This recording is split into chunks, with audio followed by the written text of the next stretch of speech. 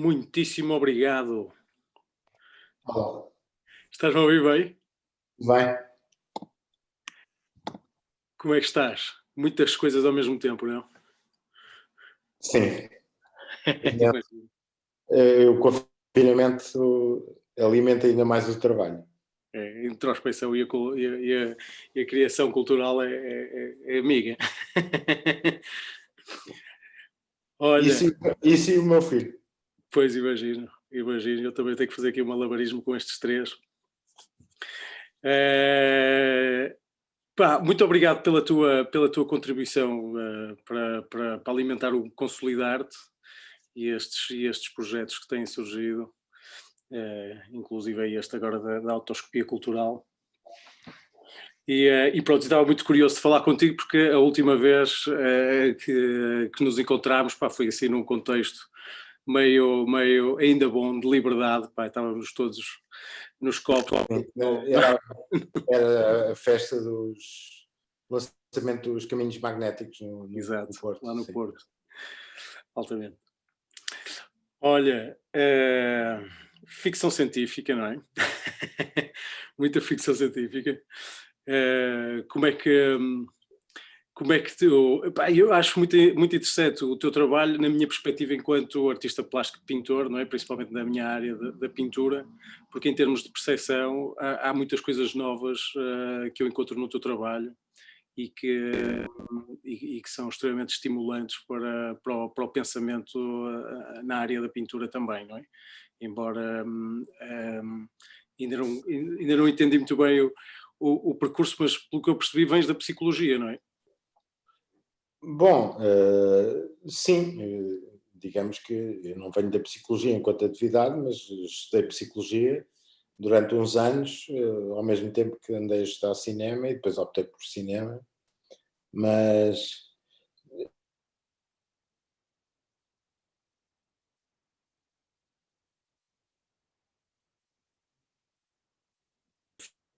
prefiro que de alguma forma as pessoas sentem a materialidade do meu trabalho. Aliás, eu tenho, à conta do confinamento, comecei a pintar em telas a óleo e sinto exatamente a mesma questão, que é a matéria está acima de tudo. E portanto interessa-me expor a matéria e tanto faz que seja numa área ou não, interessa-me sempre expor essa matéria. E o filme que estou agora a montar, que é o Não Sou Nada, o Nothingness Club, é baseado na obra do Pessoa e o Pessoa tem diferentes definições de sensacionismo, mas uma delas é que existem diferentes dimensões, a nossa realidade terá 3 ou 4, os sonhos terão 2 e as ideias têm uma dimensão. Uma linha é uma ideia.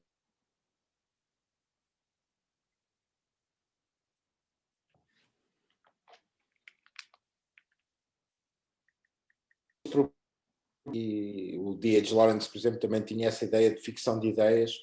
E, no fundo, é materializar ideias. Não é o que me interessa mais. Mas sentes que neste multiversos de ideias que vais materializando existe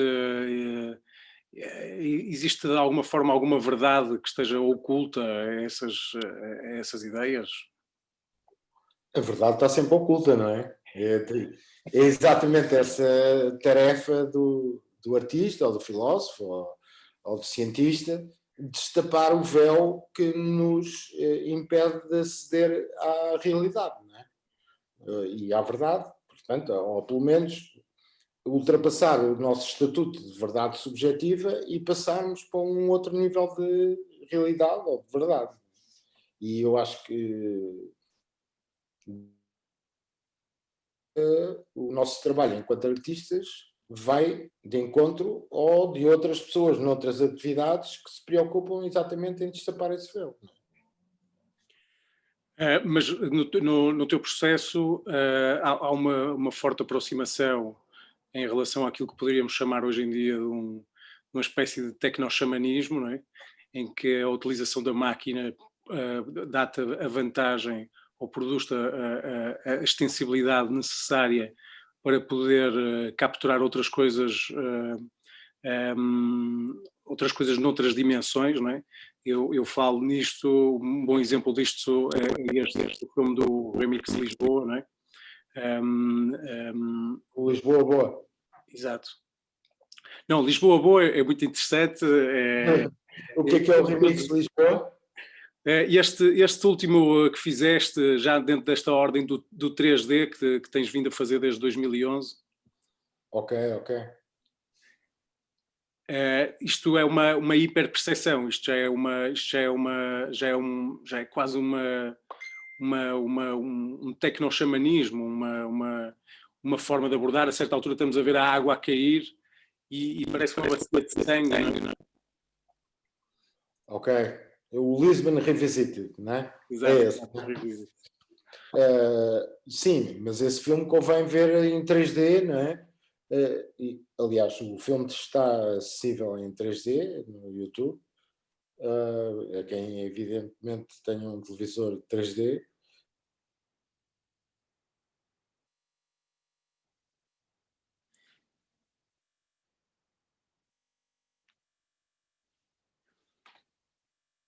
Projeto, que é uma técnica, digamos assim, de fazer fogo e de contar histórias através das sombras. Não é?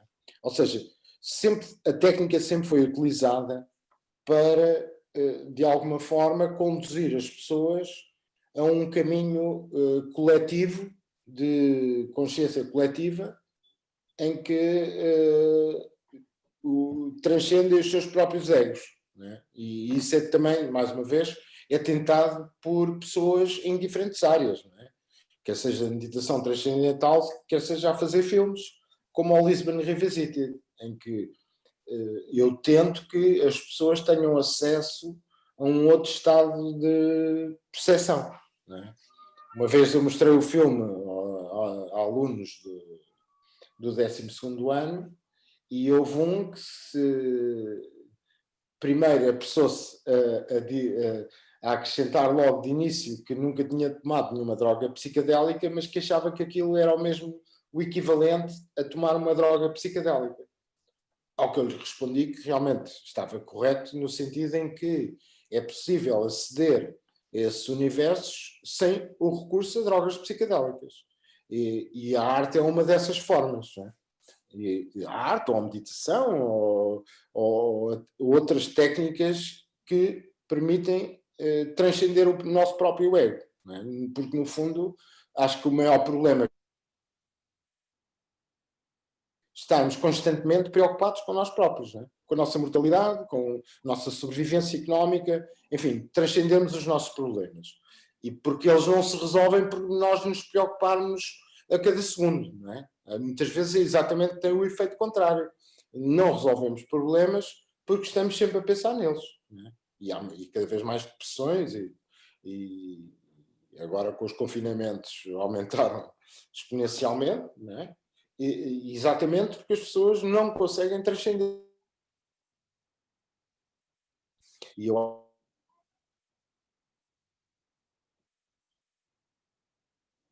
no meu caso, quando nós dizemos tecnoxamanismo, é utilizar a tecnologia de hoje, né? Que já não é só bater duas pedras e fazer chamas e depois projetar as sombras, mas no fundo é tentar de alguma forma que as pessoas entrem neste universo estético do trance-realismo, né? Do realismo.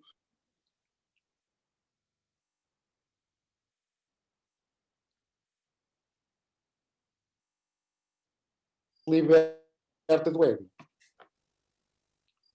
Estás-me a ouvir? Eu não sei se estás com o mesmo problema que eu, mas eu de vez em quando estou com alguns cortes. Tu estás-me a ouvir bem? Estás-me a ouvir? Eu estou sempre a ouvir. Ok. Mas da emissão, se calhar, não. Já desliguei aqui tudo para ver se a net fica mais leve. Tens assim alguns encontros bastante interessantes. Um deles que eu estou muito curioso é quem é a figura espiritualmente do Carlos Paredes, não é? Porque tu ainda apanhas o Carlos Paredes vivo, portanto ainda há aqui uma relação, não sei se chegaste a a conviver com ele de alguma forma mais profunda? Não, nunca convivi com ele, estive perto dele, por exemplo, nos camarins dos Madre Deus, mas nunca convivi com ele, vi muitos concertos dele. Aliás, houve uma altura em que todos os comícios tinham de serviço, né? A tocar lá. Portanto, vi-o muitas vezes, mas o filme que eu fiz foi até um acaso. Né? Foi um acaso, como a maior parte das coisas que me acontecem surgem de acidentes felizes. Né? Exato. Mas com o Terence McKenna não, com o Terence McKenna existe Não, isso não foi um acaso. Ou antes, foi um acaso porque tive um amigo meu, o Rui Brazuna, que me ofereceu um livro dele, disse-me que eu ia gostar, o Food of the Gods, e na altura fui convidado para fazer um filme para Lisboa, capital da cultura, em 1994, e resolvi trazer a chamada contracultura da Califórnia e imaginar, no fundo, imaginei São Francisco com aquela ponte e de alguma forma um universo paralelo que vinha visitar-nos e no fundo era a minha forma de trazer alguma cultura naquele ano, trazer alguma cultura a Lisboa, não é? E trazer aquelas pessoas, o Robert Anton Wilson, o Rudy Hooker e o Terence McKenna, que era para ficar 5 dias e ficou afinal 10, porque demos extraordinariamente bem e ele acabou por ter um protagonismo no filme inesperado, porque aliás, era o autor que eu conhecia menos desses três, mas com uma personalidade magnética e amistosa e extremamente humana, exatamente o contrário daquela ideia do xamã enquanto algo de alguém numa montanha. Não, ele estava connosco da mesma maneira, aliás, na altura o Terence participou num concerto dos Irmãos Catita, está lá um pequeno registro, mas eu tenho um outro filme na Forja sobre a estadia do Terence cá, que mostrará bastante mais cenas dessa estadia, mas ficaram alguns certos ainda nos concertos dos Catita e num disco deles. Portanto, ele interagiu e no fundo ensinou-me não só naqueles 10 dias, mas nos anos subsequentes, em que eu passei muito tempo a manipular as imagens e sons do Terence, não é? Portanto, e aprendi com ele a criar determinados estados de espírito, no meu caso, no espectador. Não é?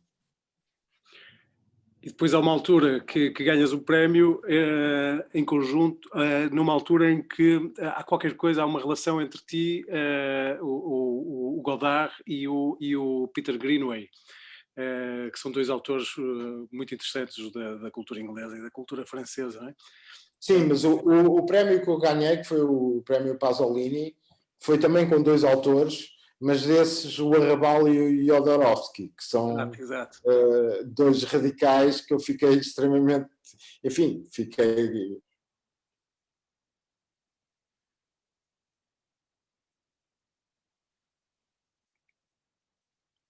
Estou com imensas dificuldades na ligação. Estás a ouvir mal agora? Perdi-te. Estavas-me a dizer do prémio e... Esse prémio foi com o Arrabal e o Jodorowsky, não com o Greenaway e o Godard, mas dois autores radicais que, enfim, tem um imenso prazer partilhar esse prémio, dado não por programadores nem jornalistas, mas por artistas, não é? E relacionados com o movimento Panic e com associações ao surrealismo. Já o 3x3D com o Greenaway e o Godard foi um trabalho, quer dizer, foi um trabalho isolado, agrupado depois os três filmes num só filme, e digamos que foi o meu manifesto, o Cine Sapiens, foi o um manifesto altamente fraturante, porque o filme foi exibido em 50 países e é evidente que no meio do Godard e do Greenaway, dos fãs de uns e fãs de outros, o OVNI era algo que provocava grandes dissidências extremas, digamos assim. Portanto, eu li do melhor e do pior em todas as línguas. Aliás, nem foi fácil, confesso. Não é? Houve momentos de questionamento, mas isso também não faz mal a ninguém, não é?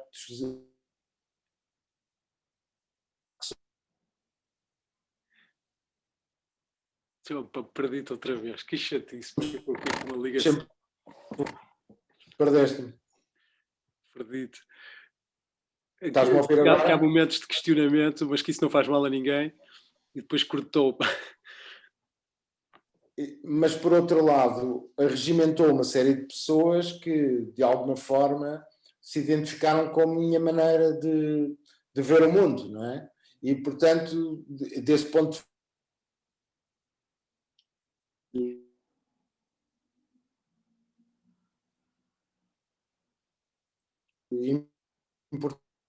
e depois do filme Viajar, e também pelo lado vanguardista que o 3D tem sempre, não é?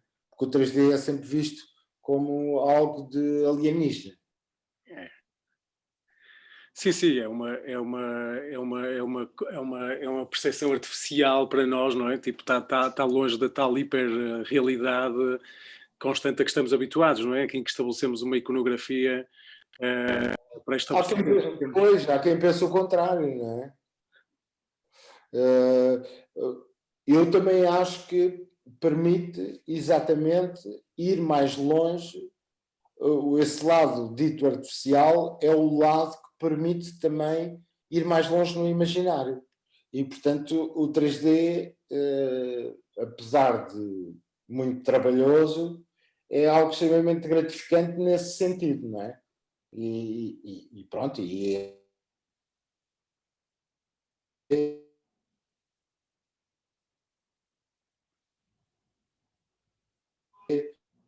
feito com uma câmara de 1000 euros. Perdeste-me. Perdi. Perdi. Olha, Nós estamos com uma entrevista. Opa, além dos nossos problemas de coincidência de tempo, pá, agora de repente conseguimos finalmente estar a conversar. Pá, e eu acho que é a primeira vez que estou a ter tanta dificuldade na conexão. Pá. Já desliguei tudo o que havia aqui para estar só com o computador ligado à net, mas não sei o que é que se está a passar. Mas, eu acho que é interessante porque muitas conversas hoje online são interrompidas e têm a própria conversa é sobre o meio, o suporte da conversa, sobre a tecnologia, né? Passa-se muito tempo a fazer isso. E, por exemplo, eu fiz um filme que é O Espectador Espantado. Quando não me ouvires, faz sinal assim, tipo... Ok, eu vou fazer. E O Espectador Espantado em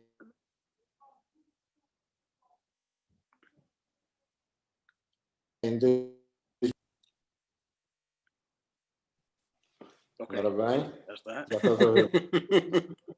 O Espectador Espantado é um filme que eu terminei em 2016, mas que é feito já, no fundo,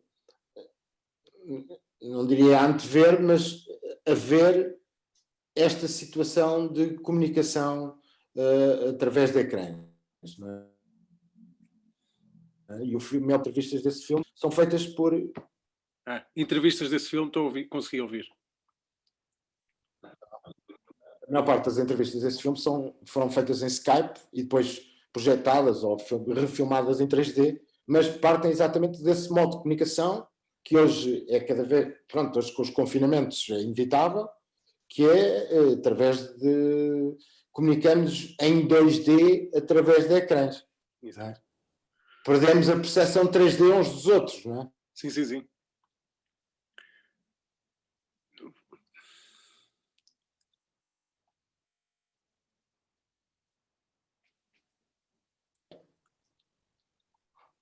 Ora bem. Está-se a intensificar. Está aqui, cada vez está a vida, o pessoal deve estar a começar a aceder à net aqui à volta. Pois, tu estás onde? Eu estou em Paris, tenho estado baseado aqui já há 2 anos, tem sido bastante interessante estar em contacto mais permanente aqui com a cultura aqui francesa e parisiense e global e mega metrópole, cosmopolita, não é? Mas tem sido muito curioso também em termos desse aspecto de tentar entrar numa cultura mais marginal e de perceber de que forma é que ela está a ser permeável pelo sistema, não é? Portanto, tenho assistido a alguns festivais de cinema, um deles os encontros de cinema, de imagem, os encontros de imagem Paris-Berlim.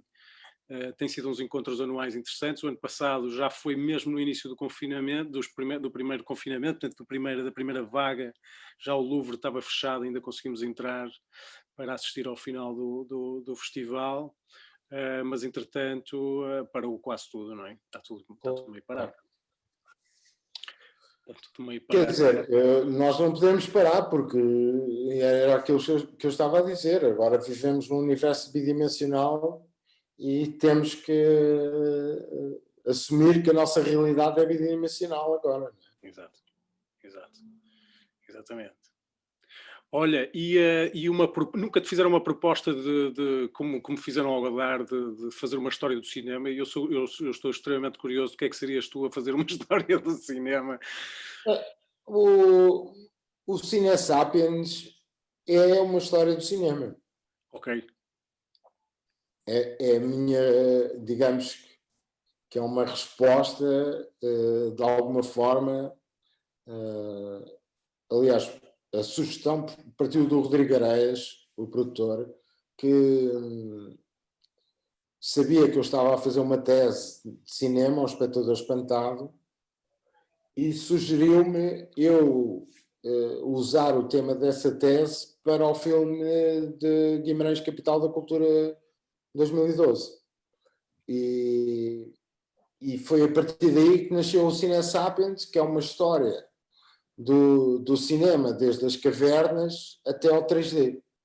E passando para além do 3D, depois para um mundo imaginário dos Cine Sapiens e dos criptoceluloides, que o Cine Sapiens é o espectador, no fundo, consciente do próprio cinema, assim como o espectador, o leitor literário está consciente do estilo, o Cine Sapiens está consciente da linguagem do cinema, e os criptoceluloides, que é um conceito que eu já inventei na altura em que escrevi para o Jornal Independente, é um ser que suga a realidade e a transforma em película, que é um excremento, aliás. E, portanto, os filmes seriam uma espécie de excrescências da realidade. Não é?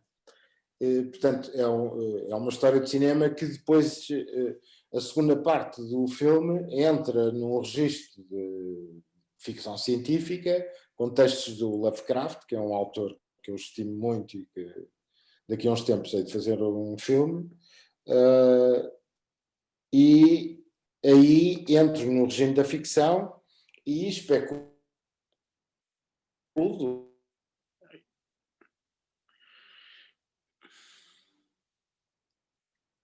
sobre exatamente. Pronto. Desculpa. Agora vou continuar a falar até tu me ouvires. Entras no registro da ficção, foi onde eu fiquei. Pronto. E entrei no registro da ficção para especular sobre o próprio ato de ver cinema e do que era a realidade no fundo, não é? Porque as coisas que mais me preocupam é sobretudo aquela... É quase uma farsa, não é? De que quando estamos a ver um filme estamos a ver a realidade, não é? E há pessoas que querem nos convencer disso, quer seja na televisão, quer seja no cinema, e no fundo o meu trabalho vai todo no sentido de questionar essa visão unívoca da realidade, não é? Como se um filme ou um telejornal fossem a verdade e a realidade. Não é? Pois existe muito questionar essa questão do cinema morto, não é? cinema como um objeto morto, não é? A realidade em si como a vivência, não é? E salvo erro, uma grande teoria de um cineasta teórico também argentino, que põe muito isso no discurso, não é?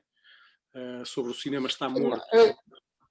Não, mas a questão não é essa. A questão, primeiro, prende-se com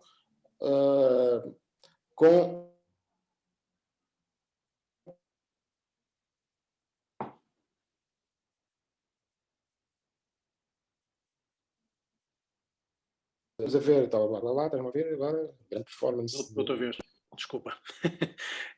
Pronto, quando, a questão não é essa. quando destapamos o véu, quando no fundo mostramos que um telejornal não é a realidade, não é a verdade, é só uma faceta, isso é, digamos que isso é uma função que eu acho que a arte e os meus filmes podem cumprir, não é? A questão do cinema morto é outra que, para já, os filmes continuam-se a fazer, aquilo que está a morrer são as salas de cinema. Portanto, as salas de cinema estão cada vez mais a confinar-se, não é? Também, não é? E qualquer, mas pior ainda é a música, não é? Bastante pior, porque os filmes, mais cedo ou mais tarde, se tiverem algum valor, podem voltar a ser projetados. Os músicos dão concertos, não há nada a fazer, não é? Porque é uma arte ao vivo.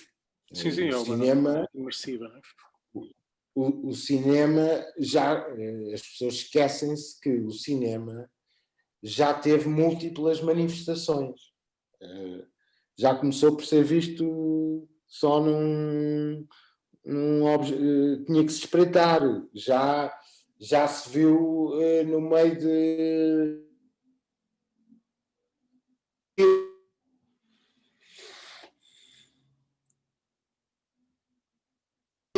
enfim, já se viu.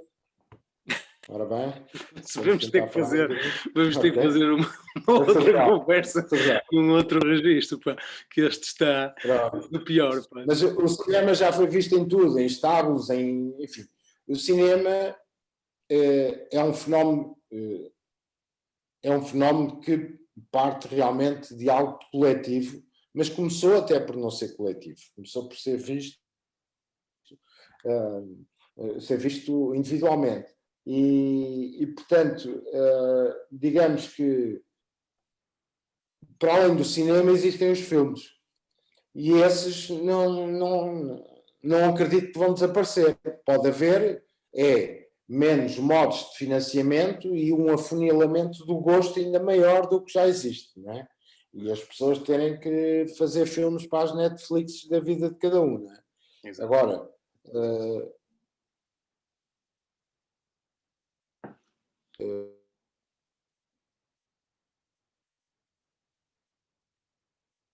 cinema a morrer. Estou a ouvir outra vez, desculpa, pá, que cena. Pronto, o cinema tem muitas versões e 2.0, 3.0 está sempre em mutação, não é? Porque eu recuso-me a acreditar que a minha atividade, não é? Vamos ver, a minha atividade deixa de fazer sentido. Eu acho que a minha atividade continua a fazer sentido. Aliás, eu sempre que posso ponho todos os meus filmes online no YouTube, exatamente por acreditar que eles têm uma vida para além das salas.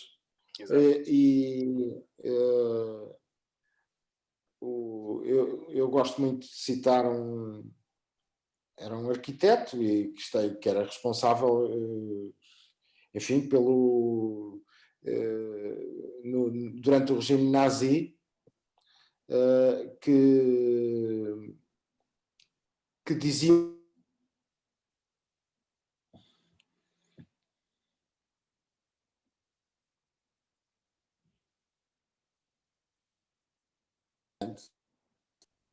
Ora bem, estás a ouvir? Já estou a ouvir outra vez. Que dizia, foi onde ficamos. Pronto, o Albert Speer dizia que um bom edifício tinha que dar uma boa ruína. E eu acho que um bom filme também tem que dar uma boa ruína. E mesmo visto num telemóvel, só uma cena de 2 minutos, tem que sobrar qualquer coisa no filme que ainda possa ser apreciada. Portanto, um filme tem que ter muitas facetas e não pode depender só da fotografia ou só da representação do som, do que quer que seja. Tem que dar uma boa ruína de si próprio. E eu acho que realmente faz sentido, porque um bocado de um quadro do Bosch é uma ruína espetacular. Exato. Se dobrasse só um bocadinho de um daqueles quadros, ainda era fantástico. É verdade. É verdade.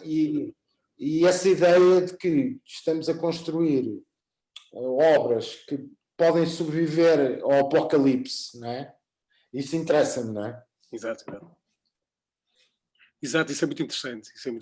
E coisas que, no fundo, passam para a dimensão também da frequência, não é? Eu acho muito interessante o facto desta biónica, de termos conseguido desmontar o olho depois na entrada do analógico, não é? Temos conseguido desmontar o olho para criar a transmissão, não é?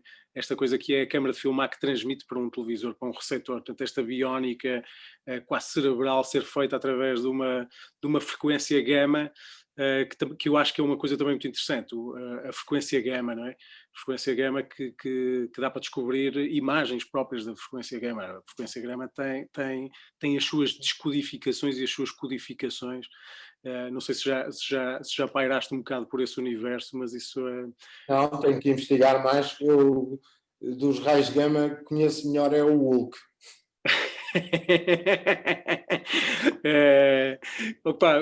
Há coisas muito interessantes que tu vais achar bastante interessantes, porque há uma similaridade entre as figuras iconográficas abstratas das tribos celtas, maias, astecas, coisas da ordem pós-paleolítica, não é? Em que tu encontras nos gamas. Portanto, os gamas tendem a criar construções geométricas, portanto, estão baseados também na osciloscopia, não é? Portanto, no oscilar da presença-ausência de luz, e com isso acabam por formar uma espécie de mandalas, uma espécie de formas geométricas muito interessantes, que dão origem a iconografias muito próximas das iconografias tribais que nós vemos nas tribos no mundo inteiro, não é? É muito interessante. Então, se calhar o Hulk vem de uma tribo dessas, não é? Se calhar o Hulk vem de uma tribo dessas, tribo gama. Havemos de nos encontrar e falar um bocado mais sobre isso. Pá, tenho algumas coisas interessantes para te mostrar. Eu, na altura, fiz essas pesquisas mais por causa da pintura, também sempre com esta questão. Não, é super interessante. Temos que voltar a fazer uma conversa com melhores condições, não é? Ah, bem, vamos fazer isso. Olha, obrigado pelo teu tempo. Não te tomo mais tempo, que sei que estás com milhares de coisas para fazer. Mas obrigadíssimo por este momento, pá. Delicioso. Foi ótimo. Um grande obrigado. Abraço. Até já. Até breve. Um abraço. Até breve.